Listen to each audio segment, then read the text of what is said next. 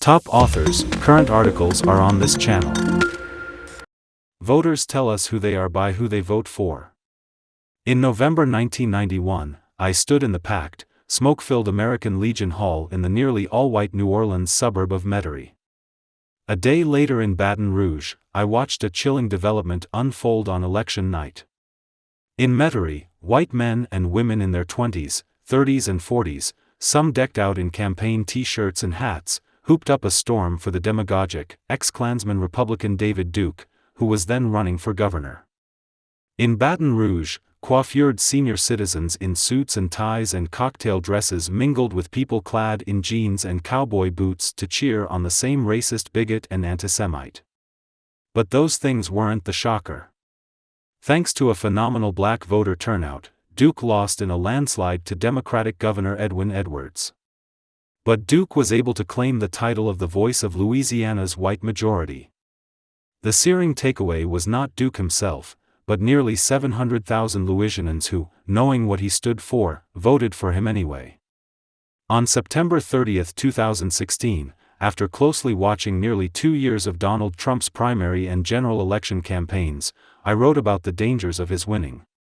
He had been revealed as an ignorant, undisciplined, ranting bully who exaggerated and lied without shame. His tough guy masculinity was fakery. Trump was a coward, I said at the time, who picks on women, demeans people of color and is thoroughly lacking in human decency. What does sicken and alarm, and what ought to concentrate African American minds, is the thought of Trump with the powers of the presidency in his hands. Therein lies the danger. The upshot? On Election Day 2016, nearly 63 million Americans voted for Trump, giving him more than 300 electoral votes and the White House.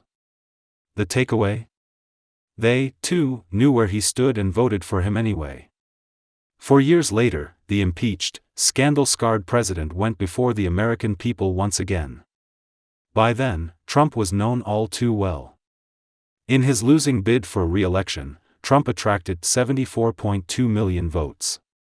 So, it comes as no surprise, deep disappointment, yes, a jolt, no, that Trump's foremost Republican critic, Representative Liz Cheney, Wyoming, would get a thrashing at the polls in 2022, losing renomination by 37 points to Trump devotee Harriet Hageman.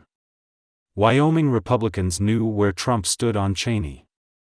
The story is the same in Arizona, where Kari Lake narrowly won the Republican primary for governor, Blake Masters prevailed in the Senate GOP primary and Mark Finchem took the Republican nomination for Secretary of State.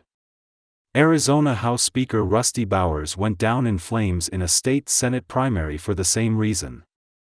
Voters knew where Trump stood on all four, up with Lake, Masters and Finchem, down with Bowers, who resisted efforts to overturn the 2020 presidential election and told the House January 6 committee all about it.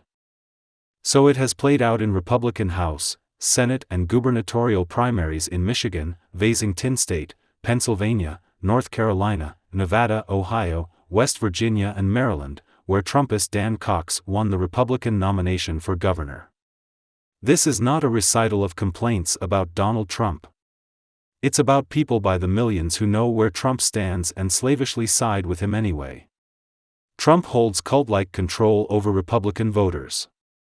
They aren't blank slates. They know what the struggle for economic and racial justice is about.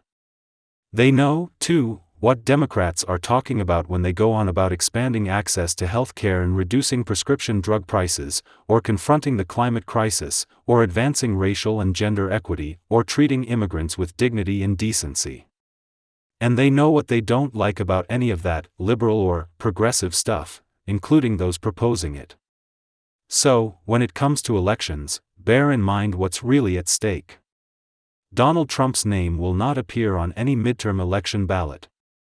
The challenge is to turn out more voters who want the country to keep moving forward and upward than voters bent on empowering candidates to stand in for Trump and all he represents. That kind of test was there with Duke in Louisiana. Also in 2020, when Trumpism was met head-on and taken down. And it will happen again in the midterms, and again in the 2024 elections. Concentrate on where the battle belongs, not in debates about noxious Trump and his legions of worshippers, but where political conflicts and engagements get decided, at the ballot box. The alternative is almost too dreadful to imagine.